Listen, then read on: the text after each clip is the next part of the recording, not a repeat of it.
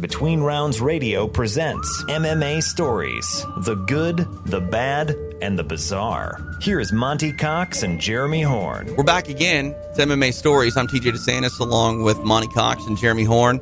I feel like I should send you an invoice, Monte. I mean, I know the fight's not going to happen with Pat Miletich, but we had you on the Bruce Buffer show, and it caught fire. It was shared everywhere.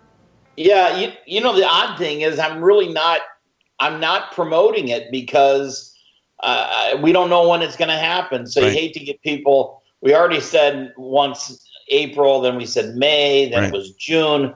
We quit changing the date just because I didn't want to keep telling people stuff. But I didn't expect, and then it got picked up today. Junkie has it. Mm-hmm. You know, I mean, it got everywhere. So I think Bruce should send me a check, maybe for publicizing his show. Well, the problem is, though, Monty, we've talked about the fight for what, like 2 months on this show, and no one said shit about it. So, well, but nobody cares about us. I know where I want to go. Right? Yeah. Maybe we need to have Bruce Buffer on the show, and he can introduce us. I don't know. Do you have any fond memories, Jeremy, of Bruce introducing you? No. When I'm in the ring, man, all I want is for this to be over with as quickly as possible with a win so I can put my shirt back on. You know, I enjoy fighting, and I always have. Mm-hmm. But there is also a level of, I don't know, like nervousness, hesitation, anxiety. And I just want to get to the fight.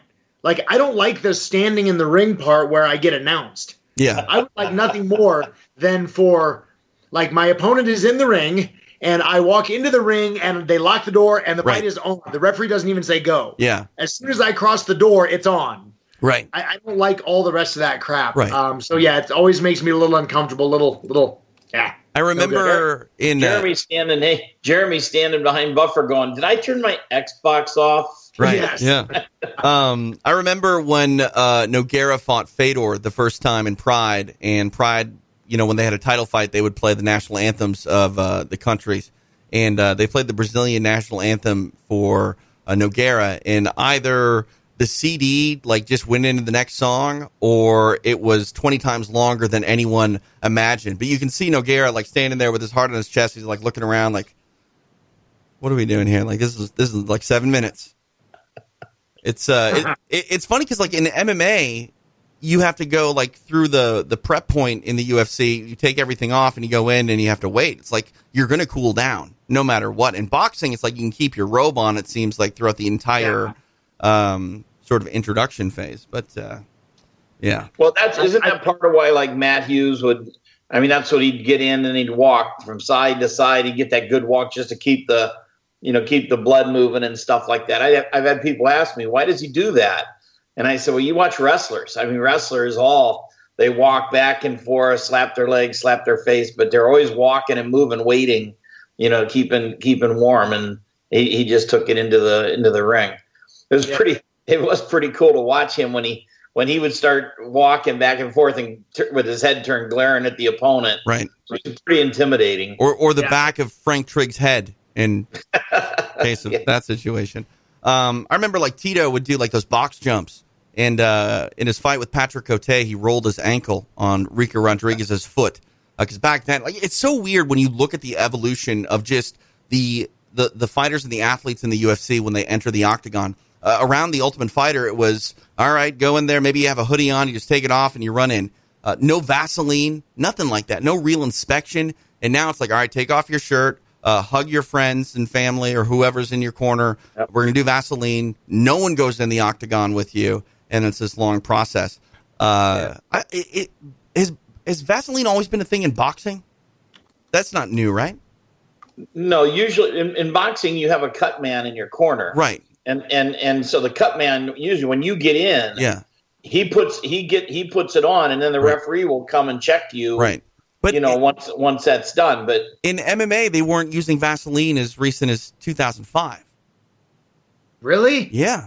Go back and watch it. There's no Vaseline put on the fighters, at least when they enter. Maybe it is in between rounds. Did they put in the locker room? Though? No, they're dry. Put your own on? They're incredibly dry. For a lot of places that did that. It checked you when you came out. Yeah, you can definitely see that there's nothing on the face of the athletes. There's definitely Vaseline in between rounds.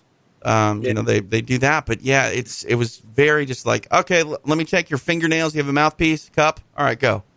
And, that is one thing that is kind of curious. Colorado still doesn't allow you to put Vaseline on between rounds unless your fighter gets cut. Right. Why? No Vaseline. Like, yeah. See, Vaseline. They don't seem to understand that Vaseline is to prevent cuts. Right. Yeah. Not to heal them after the cut has opened.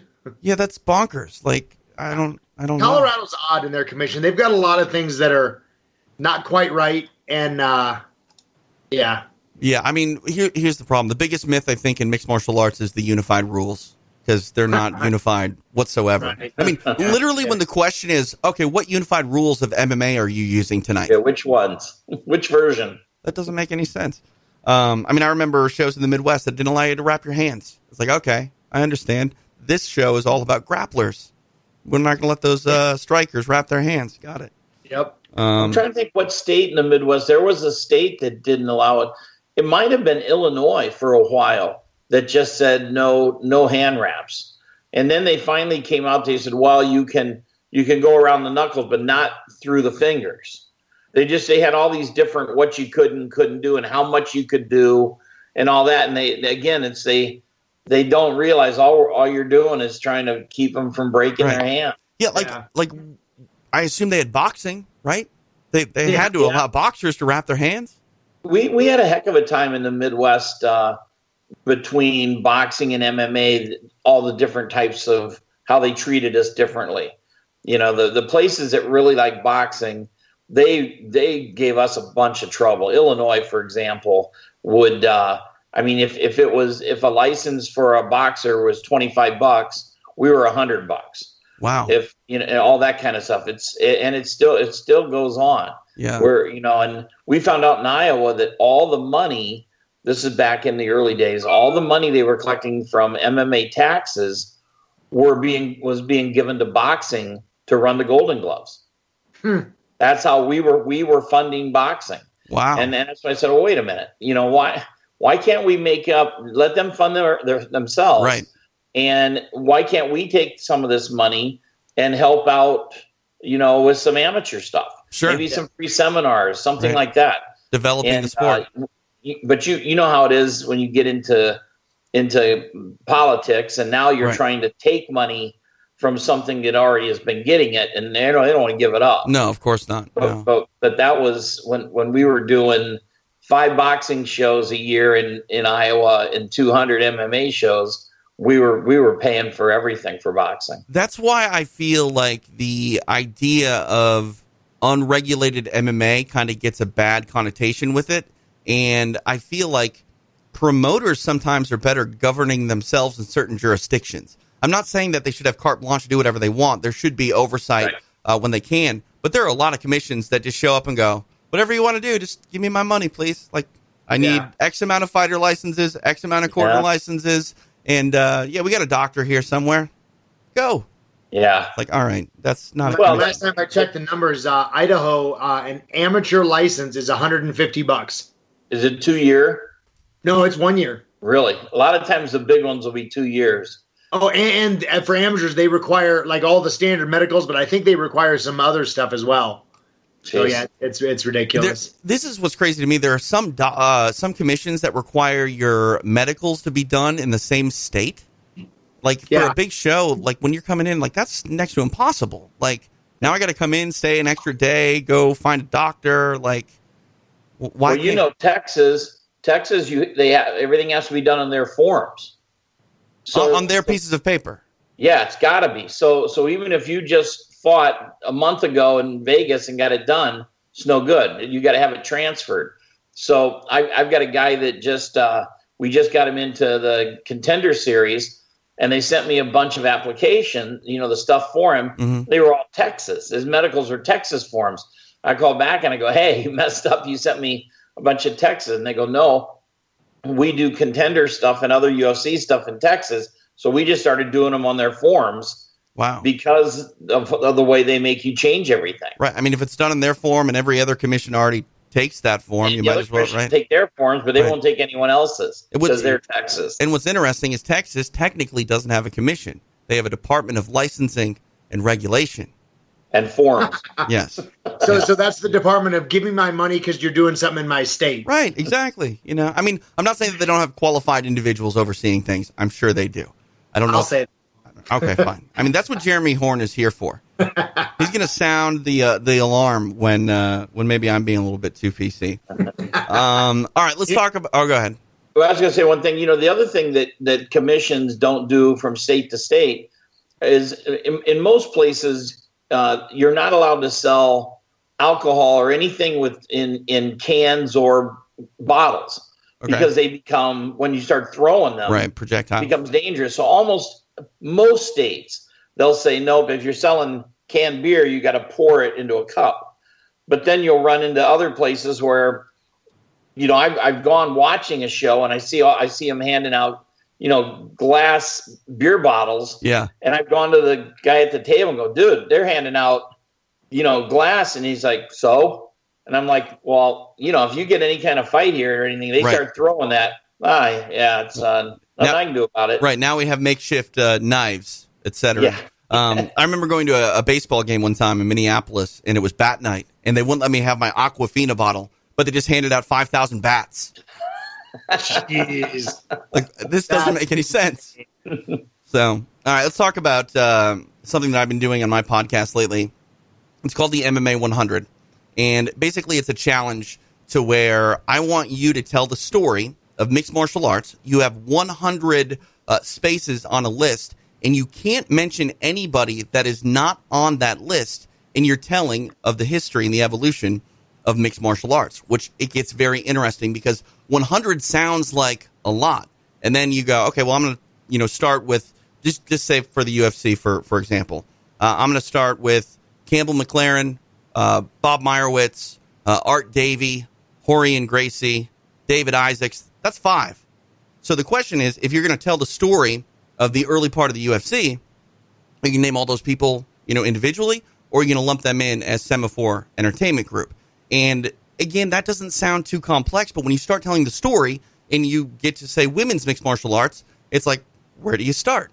Do you start with really the sort of the first generation, you know, the Becky Levi's, move to the Jennifer Howes and the Debbie Purcells, or do you start with Gina Carano? Can you talk about Gina without mentioning Cyborg?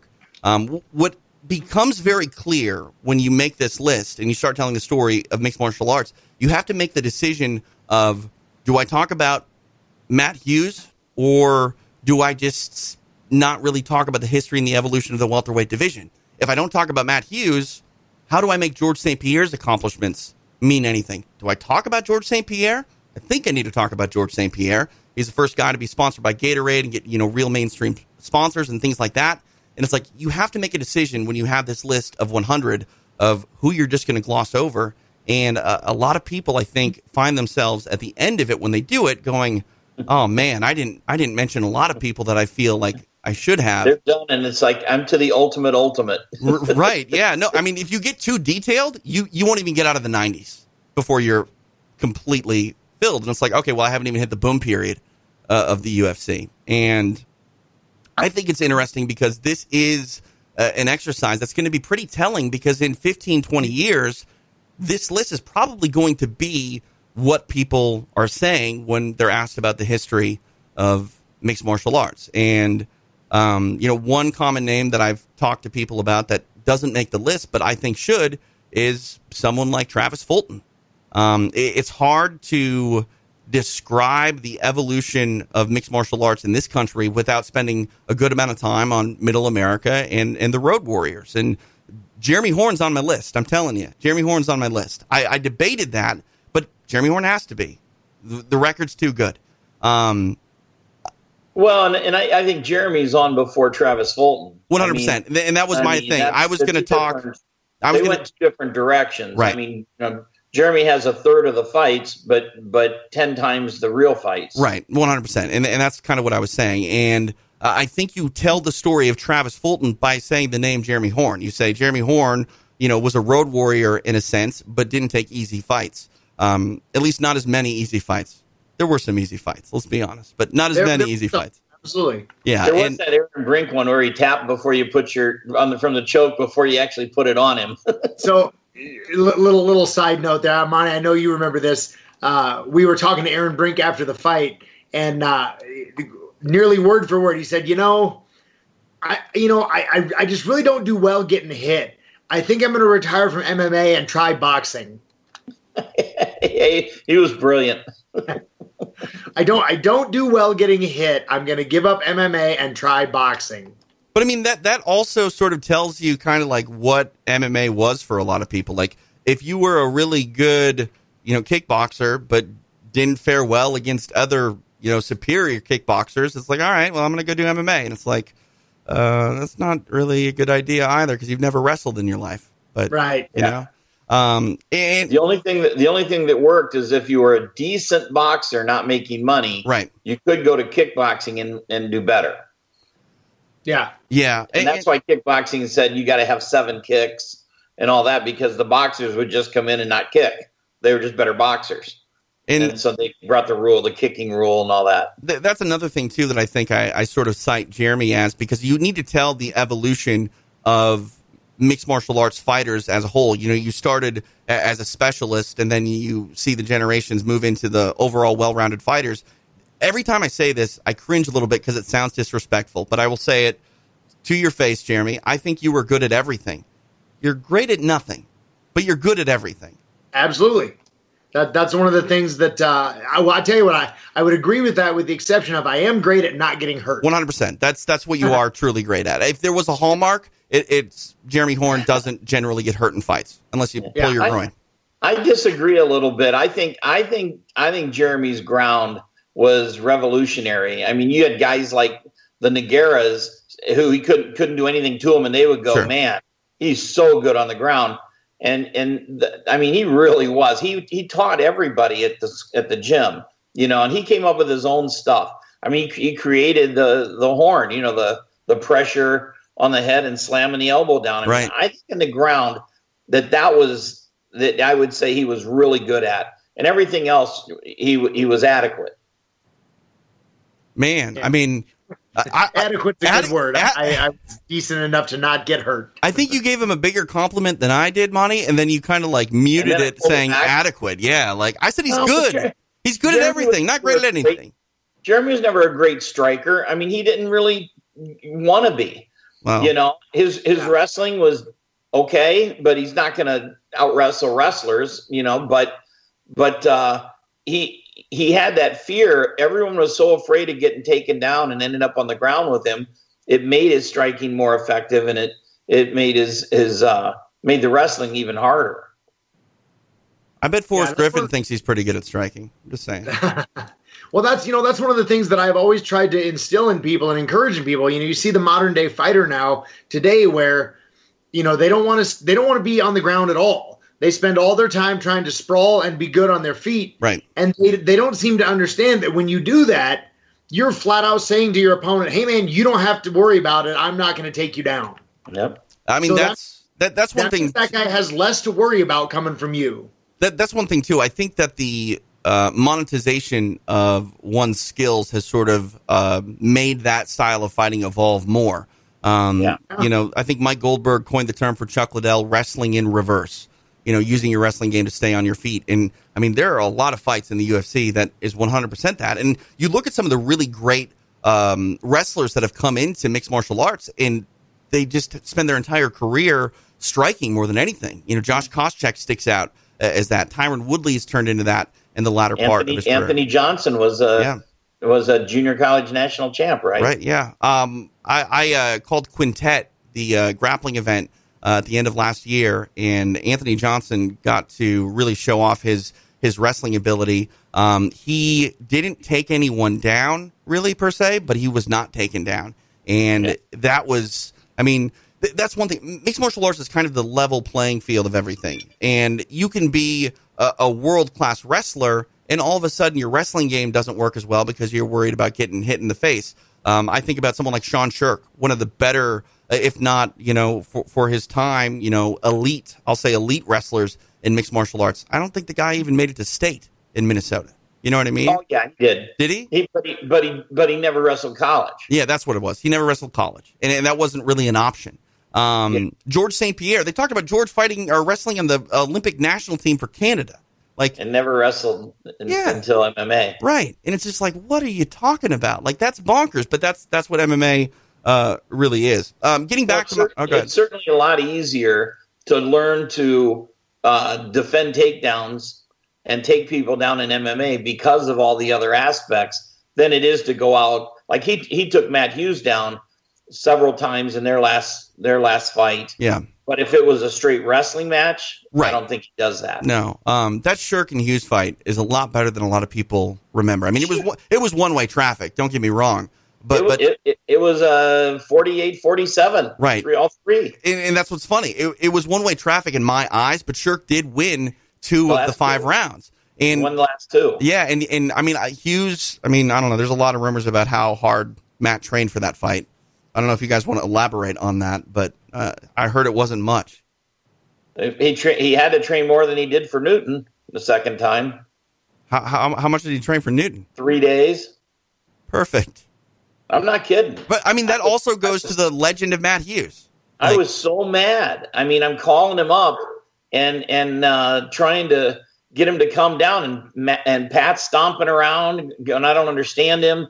I call him up, and you can hear noise in the background. I go, "What are you doing?" He goes, "Oh, I'm out here with Mark. We're putting a roof on." And I go, "Jesus!" I go, "Matt, do you think Newton's out putting on a roof?" And he goes, "Don't you worry about that." He goes, "Last time I didn't know what I was getting into." He goes, "I got this now. Don't worry." Wow. I mean, I like the confidence. I appreciate the confidence. That was one of the biggest things that became a really strong weapon for him was his level of confidence. Granted, he had strength in wrestling and all that, but he just refused to be beaten a lot of times. Yeah, those tight situations where it matters, he would will his way through it.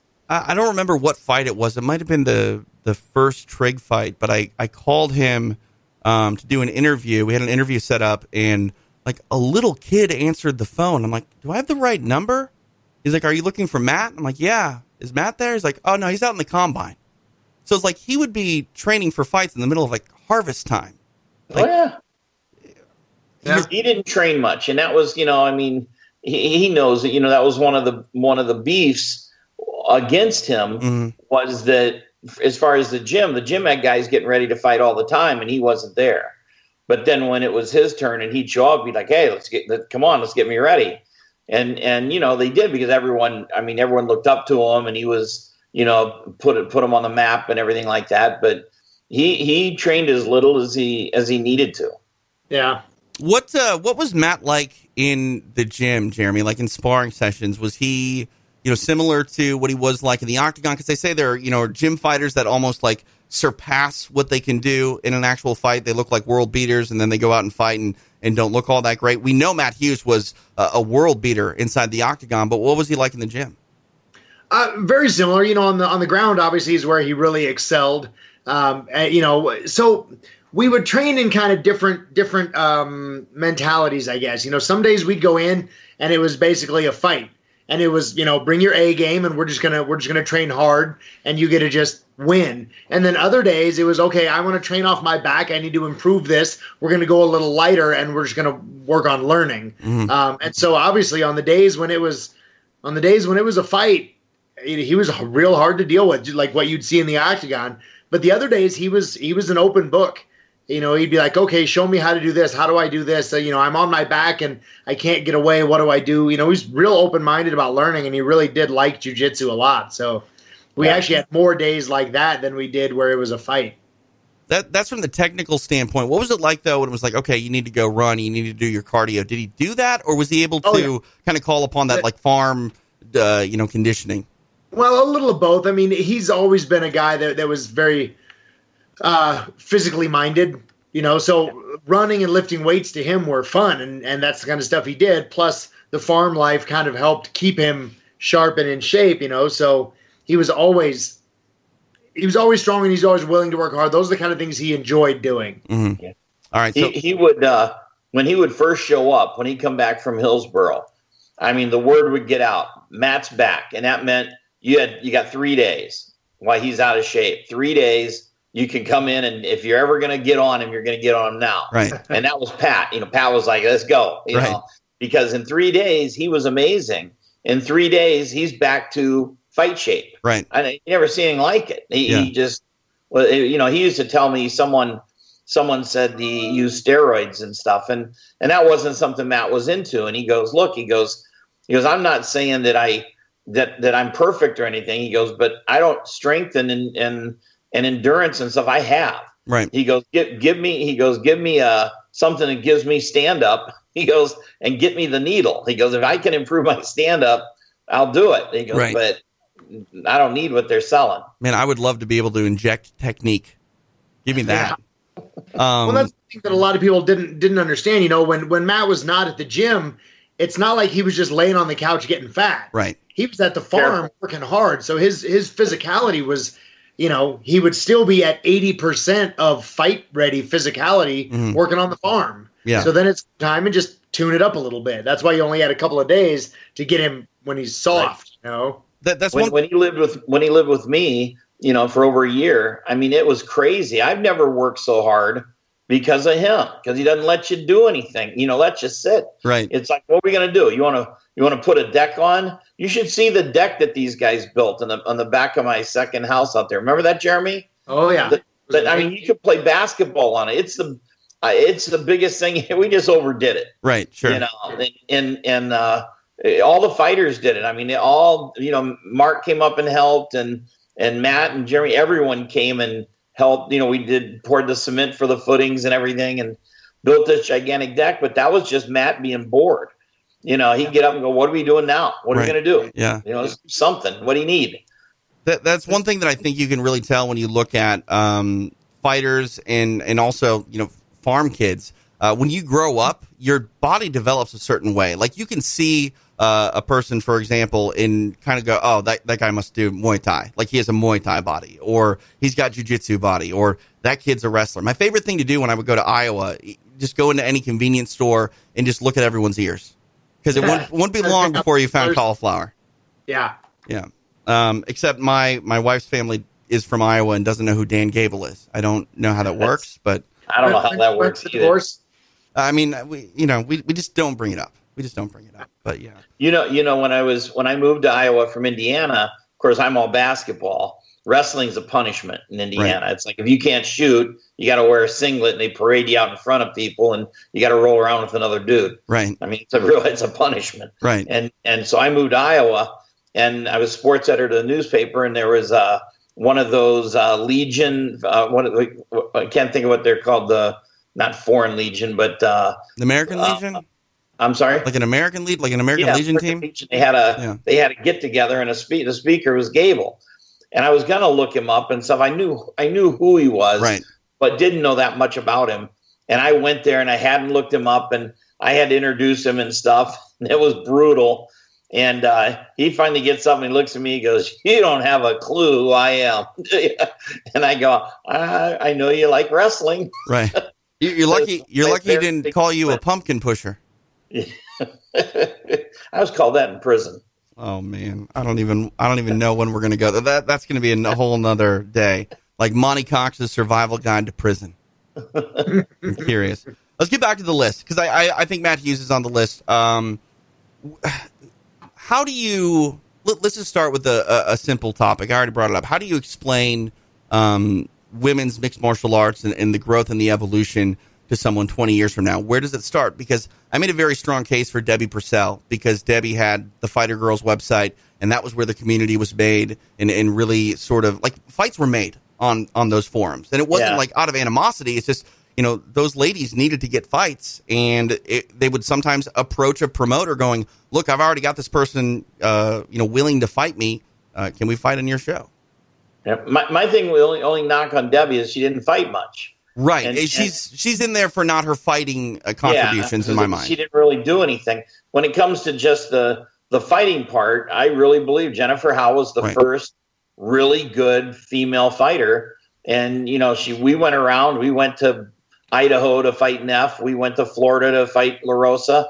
I mean, if you're going to talk about all those girls, Buckner, right, all those that were the best, then she beat them all. They're marquee fights. Like Jen Howe was the first great women's fighter for sure. Yeah, she was also the first one to start. I was headlining shows with her. Mm-hmm.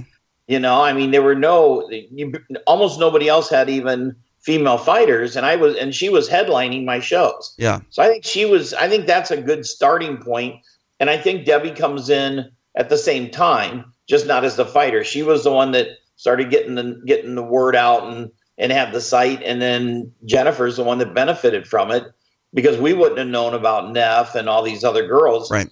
You know, if they weren't on her list. And without that base, when Gina Carano comes in, there's nobody for Gina essentially to fight. And not that Gina got, the really big fights, but there were women that were fighting and training. You mentioned La Rosa. I don't think Tara ever fought Gina. No. There were obviously weight disparities and things like that. But Julie Kedzie was there to step up. Caitlin Young was very young in her career. Without the women that you had mentioned before, Monty, I don't know if Julie's there to fight. I don't know if Caitlin is there to fight. And if there's no one there to fight Gina Carano, there's no Gina Carano, essentially. Yeah. Jennifer actually kind of quit because we just ran out of people. Right.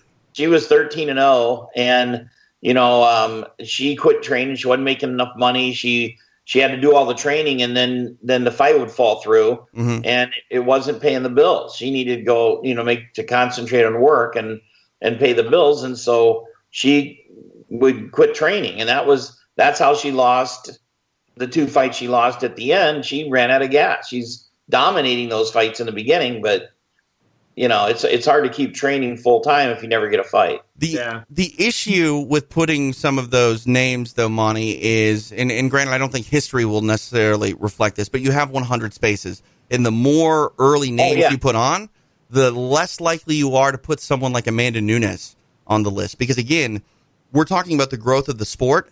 Accolades alone, you don't really need to tell the accolades of an athlete to tell you the story and the evolution of a sport. And I find that I'm trying to tell the whole story, and you're going to not, spend a lot of time telling, what is common knowledge, who the great fighters in the women's division are today, but it still feels wrong not saying, okay, Amanda Nunes is definitely on the list. She's the greatest women's fighter, of all time due to her accolades. But how important is Nunes being named in the evolution of MMA? Like, I think Cyborg is over her because Cyborg sort of like stopped the Gina Carano hype, and then women's MMA went in a much different direction.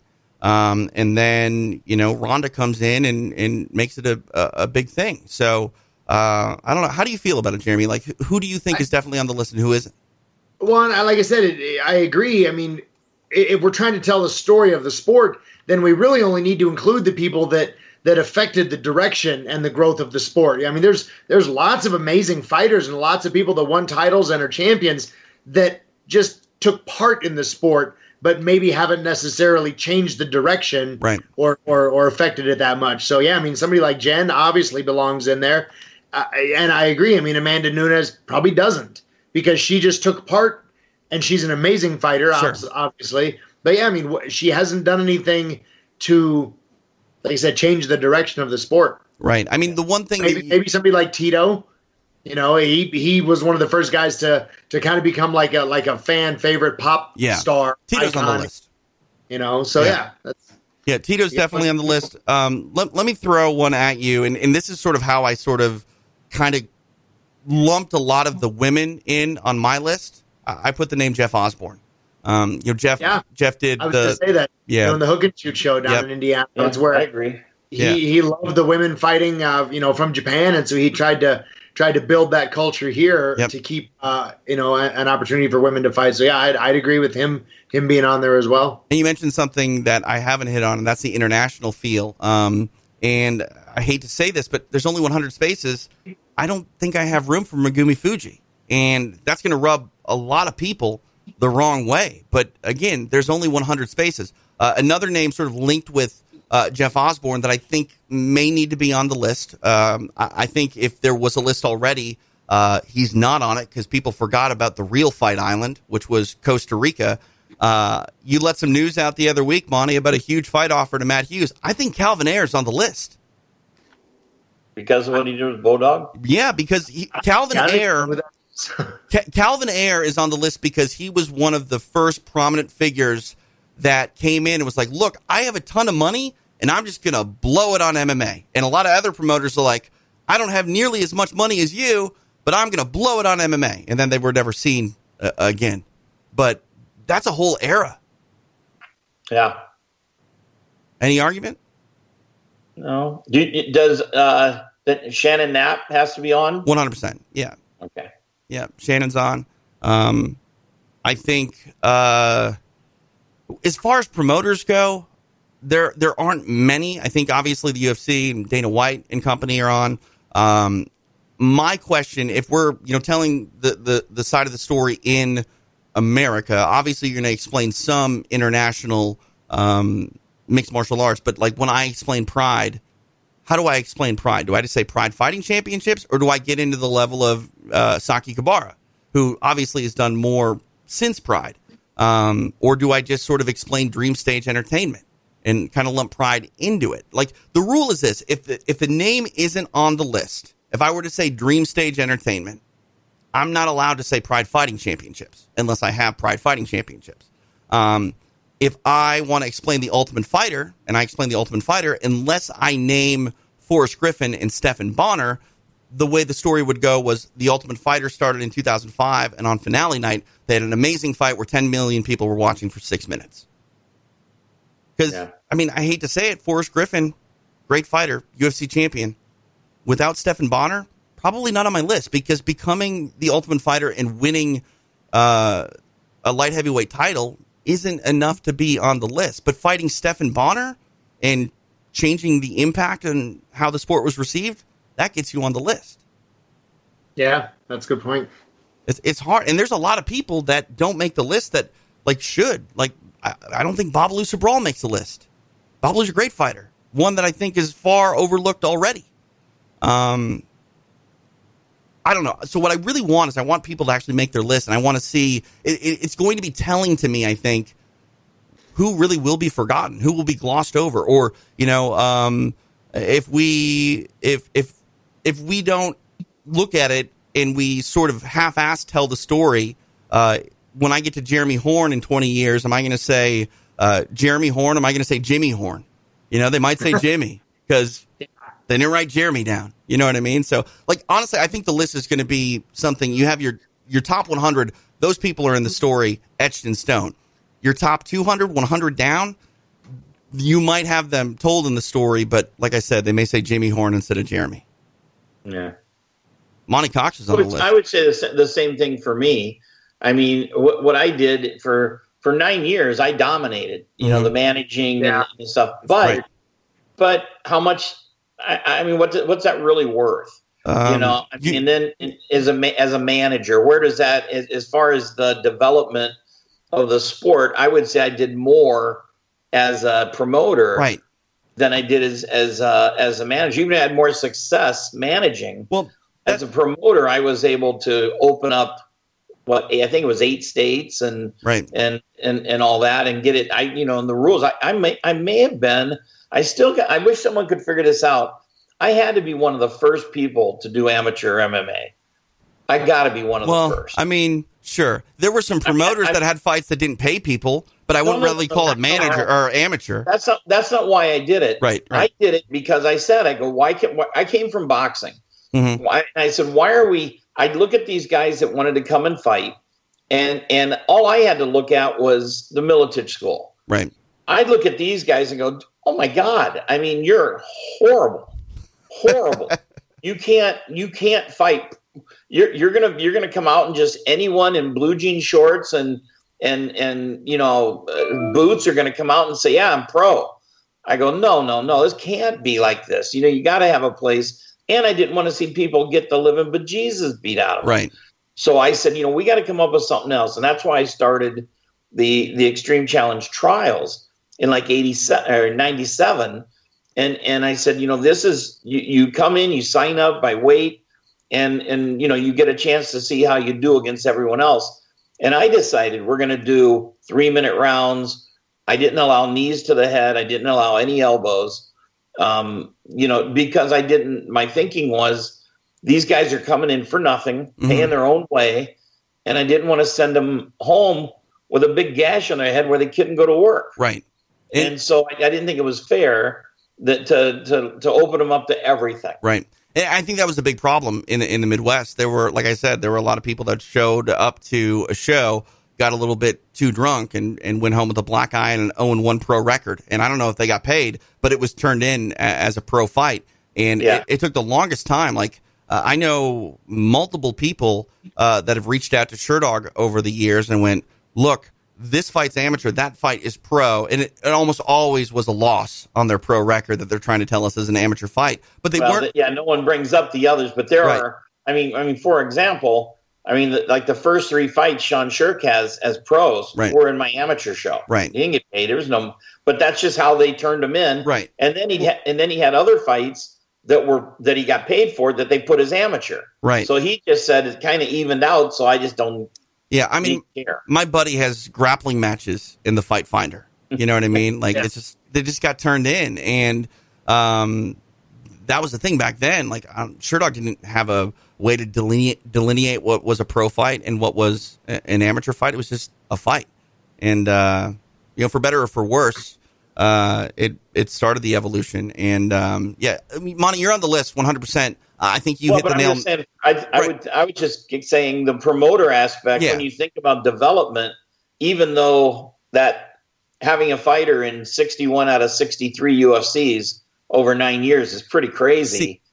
But how did that develop anything? I think so, because let me explain. The reason you're on the list, one, we've already covered it. The promotion side alone, I think you're on the list because you are as important as a manager as you were a talent developer, and essentially, like what you said, the growth and the evolution of the sport as a whole. But without Monte Cox, Ken Pavia doesn't exist. Ken Pavia sees what you're doing and goes, I want to do that.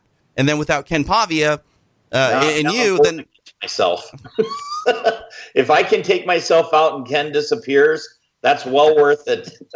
Well, Ali Abdelaziz, Melky Kawa, all of those guys, they don't go down the road of trying to be managers without you. And again, no offense to Ken Pavia. Maybe you want to imply some offense to Ken Pavia, but to me, there's only enough. There's only a handful of spaces. Pavia may be on the list because of the seminal documents and the lawsuit that happened between Bellator and the UFC. That may make it, but also I can tell that story with Keith Evans in the IFL.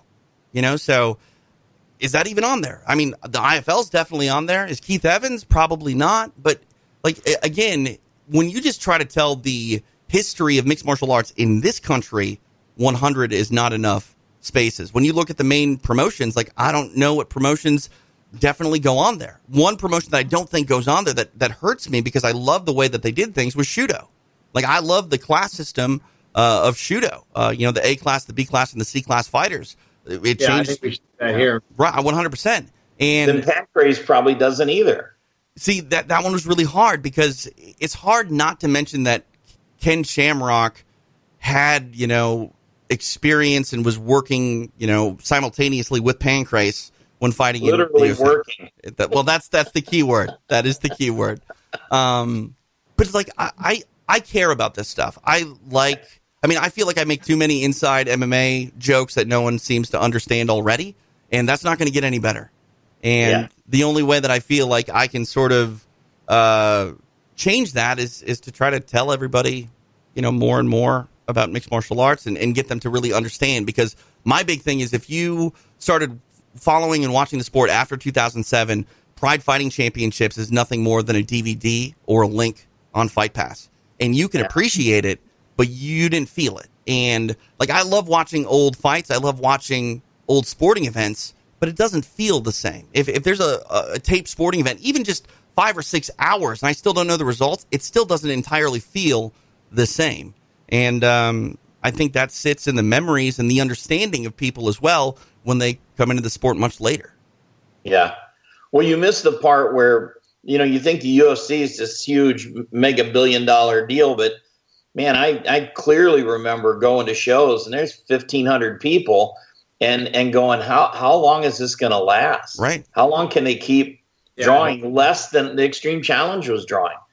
There were like 2 years there where I beat him on like every show but one, on my big shows. And it was just that they same thing they have now, but it doesn't matter. Right. They don't worry about local guys. Right. And, we all know local people sell tickets. Right. And they weren't quite big enough yet to just come in and say, the UFC's here, and everyone would go, oh, let's go. It wasn't there yet. So 1,500 people. And I mean, you just kept wondering, look at these great shows they're putting on with these incredible fighters, and no one came to watch. Right. I think that's one thing when you look at the evolution of the UFC, you can't tell their story without saying John McCain. And John McCain has to be on the list. That's one name that I didn't think a lot of people really would think was on the list. And then here's the big one. I'm hesitant to put it on the list, but I think it deserves a spot. And I want to get the name 100% right. And I don't have it, of course, in front of me, but the United Food Workers and Culinary International Union. Yeah.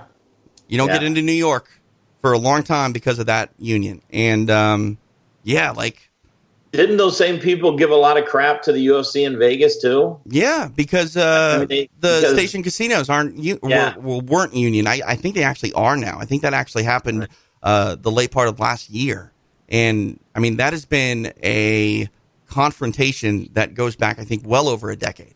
That's bonkers. And you don't think that a culinary union would prevent the UFC from getting in the biggest market in the country in New York City, but it did. Yeah. And I'm sorry, I know it's just right across the river or whatever, but a show in Newark is a lot different than a show in New York. So, how about the New Jersey Athletic Control Board? They got to be on the list, right? Unified rules. Unified rules, and they controlled really that whole that whole part of the country. They controlled the whole East Coast.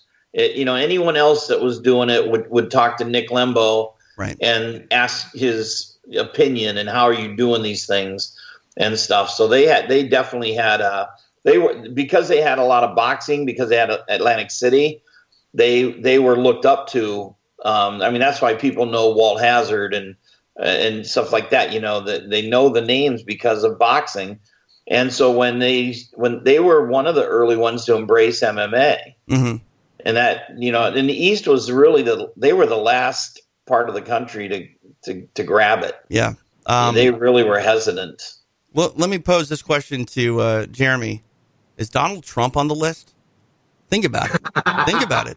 The Taj Mahal and, the battle on the boardwalk, like without Trump, opening the doors essentially. There's a reason he likes Dana. There's a reason Dana likes him. He's a fringe guy. He's a bubble guy, but maybe. Yeah, that's a strong maybe. The thing is the path that the sport took. It's kind of like one of those movies where you talk about going back in time and changing the timeline. If Trump hadn't done it, would somebody else have done it? Or I don't know. So exactly. He's on the bubble, like you said. So that's like Affliction would be there too. Affliction's on the list, but also too, I contemplated maybe having Affliction be lumped in to the whole era where people just put in too much money in the sport. I don't want to say Calvin Ayre is the leader of that, because Calvin is a guy that, not a lot of people remember, but the amount of money that was being thrown around at that time was absolutely insane. And Affliction showed that. I'm not saying that the guys that got paid there didn't deserve it, because I think any fighter that can get the amount of money, that was being handed out, they deserve it. Like, you deserve what people are willing to pay you. But why was Megadeth there? Megadeth didn't need to be there. Yeah. Well, that was the Affliction, Right, but come on. What does Megadeth cost? Too much. Yeah, they were trying to. I got a feeling Affliction had a connection there with them, because was kind of their. Who was the owner that passed away? I forget. The owner of Affliction. I don't know. I thought Tom Atencio owned it. No. The head guy above Tom. Tom was his assistant. What was that? Was his name? I don't know. Wolf or Now, there's another guy that actually owned it, and he was the one that he ended up stepping away and letting Tom do it because the whole T-shirt thing was going down the tubes. But no, there was a boss that was the one putting all of that up. It wasn't Tom. Oh, I don't know. That's who I dealt with when I dealt with for my guys, for Tim Sylvia, when we were doing $1 million deals, it wasn't Tom. And I dealt with the others. That's why Monte Cox is on the list. I'm telling you. By the way, one time Pavia told Ben Rothwell, he said your manager is the reason Affliction is no longer here. He said he got you guys way too much money. He held out or he bankrupted him with the money he got you guys. And Rothwell goes, let me get this straight. I should leave Monty because he got me too much money. Yeah, that doesn't make sense. But that's what he was saying. I did really well in those negotiations. Sure. You know, Tim could have had $1 million, ended up with 800,000. Rothwell got 250,000. The Rothwell number was the one that everyone was freaking out about. Yeah, I had a 75,000 in there and a 50. So 375. I made $1.17 off of that show. And again, I'm sorry, no one twisted their arm to pay it. I mean, no. Sure, you're twisting their arm to pay more, but at the end of the day, they're the ones that are paying. Yeah, I didn't even really twist that hard. I just said, here's what I'd like to get. Now remember, we went 0-4. You know, 0-4, and you still made that much money. Yeah, but Martin fought Belfort. Mm-hmm. Whitehead fought Babalu. Tim fought Fedor, and Rothwell fought Arlovsky. So it's not like it said, bring out the bums.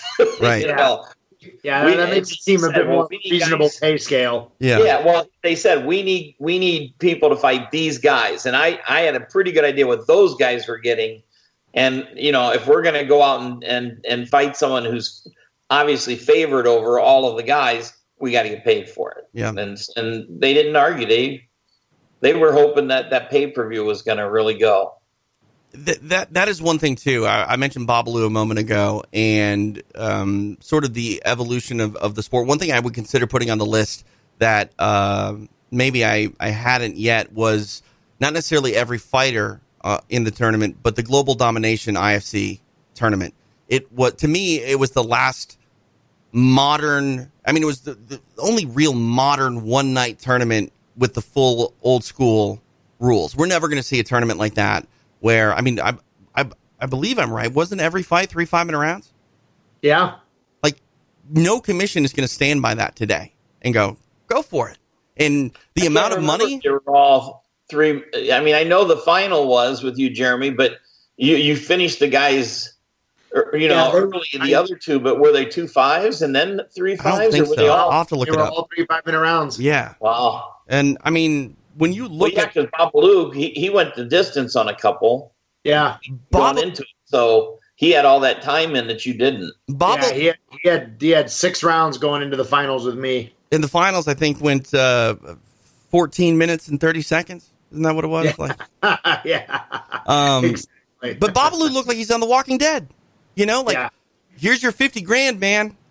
Sorry about whatever's going on in your head right now, because it doesn't look good. And wasn't that tournament? That was like a $50,000 tournament. Which was really big money at that time. No. Oh yeah. Do you remember what Jeremy got? Are you comfortable telling that? Obviously you fought every second, that was allowed to you without winning. What was that night like for you? I have an idea, but I'm not sure. Do you remember, Jeremy? I'm pretty sure it was 12. Wow. Oh, I thought it was 20. No. That's a big swing. You get 12 and you walk away with your opponent getting 50? Yep. Jeff Sherwood tells a story of kind of managing Babalu during that time, and it wasn't something that Jeff tried too hard to do. He's just trying to help people out, and he never took a cut, and he was going to take a cut from Babalu that night because he won $50,000. But when they paid Babalu, they took out the U.S. taxes And then 30%. Yeah, and then Jeff was like, I'm going to take out mine, and Babalu was like, what are you doing? Like, I'm losing all my money. It's like, well, that's taxes. You're a bitch. The thing is, and I used to have trouble with this with fighters all the time when we leave. You can, if you get an accountant, you'll get a foreign tax credit, and you at the end of the year, you'll get to take that money off of your taxes. I mean, you get it. You don't get it all back, but about 80% of it you get back. Wow. Yeah, it's. I just got done doing it the opposite. I have a fighter from Canada who's going to fight in the contenders, and they're going to take 30%. And he was like, geez, and I go, get a hold of your tax person, explain what's going on, incorporate ahead of time, and do it that way. And he went in, he goes, I'm not going to lose much of this at all. He goes, I just don't get it till the end of the year. And I'm like, I'm glad you understand it, because if you start taking that out, then it makes it harder for me to get paid. Right. Yeah. I mean, when your mindset is more, you're putting it in the bank rather than paying a bill. It's pretty great. It's like putting it in the bank, but the interest goes the other way. They take away a little bit, but you still get it back. Need to start wrapping up. The UFC is going to be back in action coming up May 9th, 13th, and 16th. I've been joking around calling it Fights Week instead of Fight Week. I can't imagine the essentially duress that everyone is going to be sort of under trying to do 3 big UFCs in a matter of 7 days. That seems nuts. I'm excited as a fight fan. We haven't had a lot of fights, obviously, with COVID-19, and this is the first show in months that we haven't actually led the show with living in that quarantine type of life. But what were your guys' thoughts when you heard that the UFC's back in action and there's 3 events in 1 week?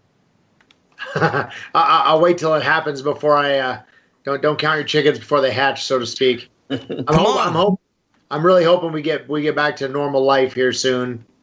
Yeah, I mean, it's interesting to me. Florida is very willing and open to kind of get back to being open, I guess. Ron DeSantis has nothing to do that summer's coming up, and that's where everyone. Right. Oh God! Their whole vacation, their whole tourism is counting on it. Well, at this point, you might as well open, because here in LA, I haven't been to the beaches in LA County proper, which are still closed, but they opened up some of the beaches in Orange County and Ventura County, and it looks like it's spring break. It is bonkers, and it's probably going to happen anyway.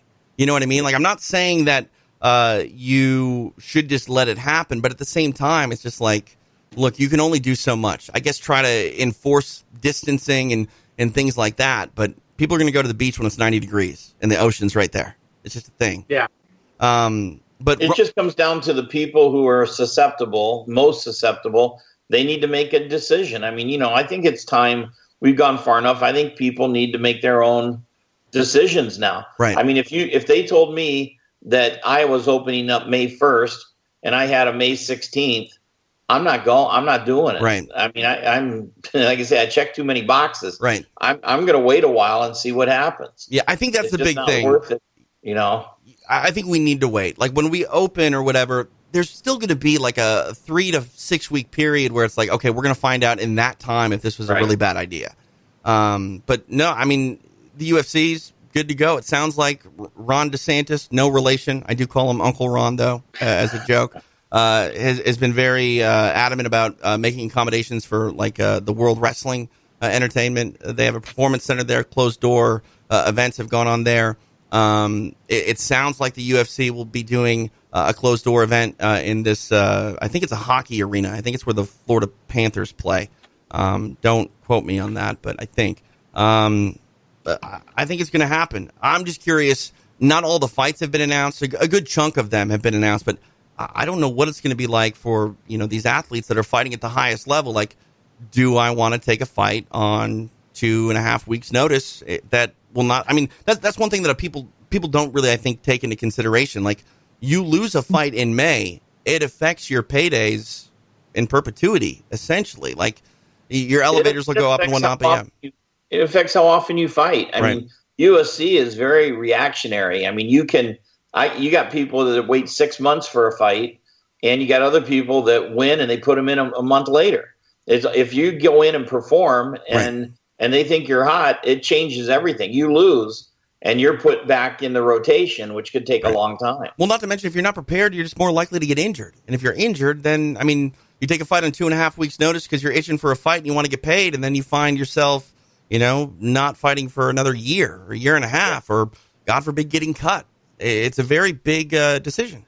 I think a lot of the decision comes down to who took care of their money and who didn't. And I mean, it's easy when you're making a few $100,000 a fight to think, well, I can spend this. I got another fight in 3 or 4 months, and then another fight.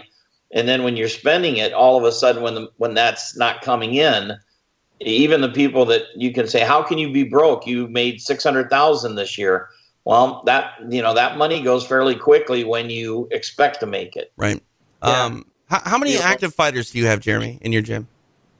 Right now, not many, actually. It kind of ebbs and flows. I had quite a few amateurs and then a handful of pros, and then a couple of guys move away. A couple of, like Sean O'Connell, retired. Right. And I've got a couple of guys now that are hurt. So I've only got like 3 guys that are fighting right now.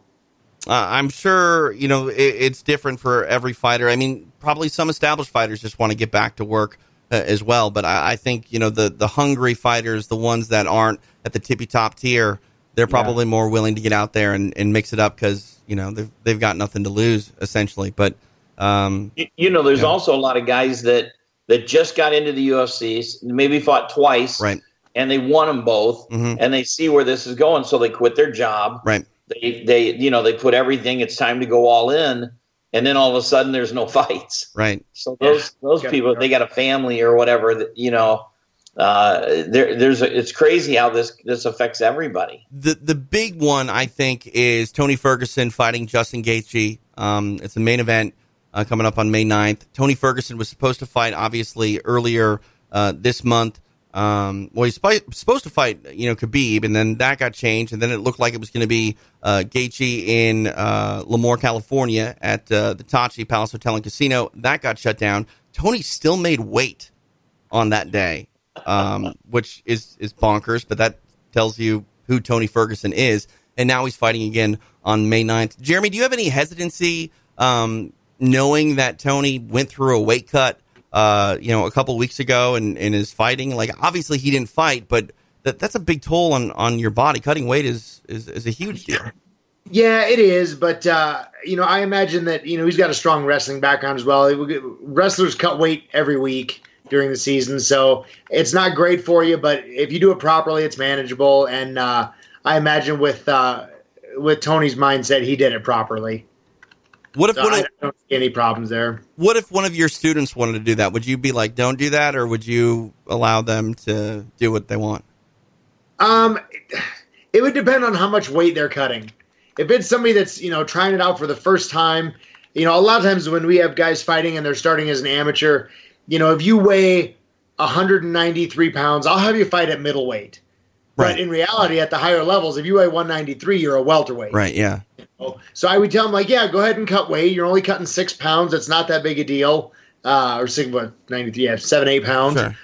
It's not that big a deal. But I would not encourage somebody to cut like a ton of weight if they're not experienced at recovering and have the mentality and the experience to do it. And if you're at the highest level, you're Thiago Alves, you're fighting at 170 when you're like 205, 210. Yeah, that's crazy. Well, we learned that lesson, Jeremy, with DeMarcus. Yes. Letting him, he'd lie how much he weighed, and then you find out he's trying to cut 30 and stuff like that. It doesn't work. And then they don't make it, and then, cost him a, UFC job, but you got to, you come in, that was one of the things Joe Silva used to always say, don't take a fight if you can't make weight. It's worse to say no to the fight than it is to miss weight. And he goes, and don't come back and say, I did you a favor. No, you didn't. I could have found someone that would have made weight. Right. Yeah. You didn't do me a favor. And if you missed by 7 pounds and then the fight ends up being called off, you certainly didn't do him a favor. But that was people thought, a lot of the fighters thought back then, well, if I fill this in on a week's notice, they're not going to hold it against me. But they do. Joe Silva's on the list, by the way. The UFC, they do that now. They'll tell you, look, you have to be ready to take a fight at short notice. And if you miss weight, you're going to be penalized. And if you lose, you're going to be penalized. And if you turn down that fight on short notice, you're going to be penalized. So they really kind of hold the fighters over the barrel now. Because now fighters are like, hey, if I take a fight and lose, I might get cut. I'm not going to take that fight because I can't train for it. And then the UFC will penalize them there too. It's always a fine line, and that line, whether you're successful or not, it's a hard one to figure out if you want to cross it. Do you want to be a company guy and ensure you're doing all the right things? Do you want to be a little bit selfish and make sure you feel the way you want to feel when you're a fight? And both have repercussions, and I don't think that's unlike anything else in life. It's just magnified so much more because that's what's crazy about mixed martial arts and combat sports as a whole. When you lose a fight, you don't reach a new season and that loss goes away. It follows you forever. Yeah. I mean, there are certain formats where it's like, I'm in the PFL. I just need to get some wins and go to the playoffs. But your record is there forever. And and they never look and say, it doesn't have an asterisk that said he took it on a week's notice, or like Dave Monet, is throwing up in the bathroom and has the runs and goes out and defends his title and loses. And it doesn't say, he lost his title, but he fought when he was almost dead. The history doesn't work that way. No, which, I mean, the saying is true. You're only as good as your last fight. And that is bonkers when you think about the accolades of a lot of great mixed martial artists. But, it's the last impression they make, even more so in our modern society where we seem to have the attention span of, 15 minutes. And it's crazy. So anything else? I actually like you mentioned the PFL. I really like their format. I think there's some things that could change, but that's maybe something we could get into another time. I like the fact that a loss doesn't put you out of the running to win the tournament. I mean, that's the way it should be. Everybody has bad nights, and we've talked. The fighters are going to lose. We've talked about that too. Like I like the IFL concept. I just think that there are certain tweaks that need to be made, and your expectations of who is going to be involved in that format have to change. If you're Khabib Nurmagomedov, that format probably will never make sense for you. But my goodness, it's a hell of a way to establish yourself. And it's another great way if you're maybe not, doing well in the UFC and you leave, you can be a quote unquote average UFC fighter and still have the opportunity if you get cut to fight for $1 million. That's a great thing. Put together a couple of good fights and put together a good fight on the night of. Absolutely. Yeah, 100%. Yeah. So. I mean, the thing with PFL, to make it more effective is they need more than 2 qualifying fights. That was kind of the bummer this last year was just 2 fights, and the idea was originally to have 3, and then they just got behind. Right. But my fighter actually for his second fight, he needed to score more than 3 points to get into the tournament, and his guy didn't make weight, and they scrapped the fight, so he got 3 points. He was the only guy that had a win during the season that didn't get into the tournament. He was 9th out of the 12, and 8 got in. I mean, that's one thing I would say about the PFL. I understand, time constraints and things like that. They want to have a season every year. But I actually think a PFL season should be around 12 to 18 months. Really let it, grow out, because you're going to have injuries and you're going to have things like that where you shouldn't penalize a fighter because someone missed weight or things like that. If you're going to have a real honest-to-goodness, true-to-the-sport type of season, you need to accommodate time, and I'd like that a lot better. But yeah, I agree. Next time, maybe we'll do Jeremy Horn is the emperor of the MMA world, and he gets to write the laws and rules for the land. I like where your head's at. Let's do that. All right, that's next time on MMA Stories. MMA Stories: the good, the bad, and the bizarre.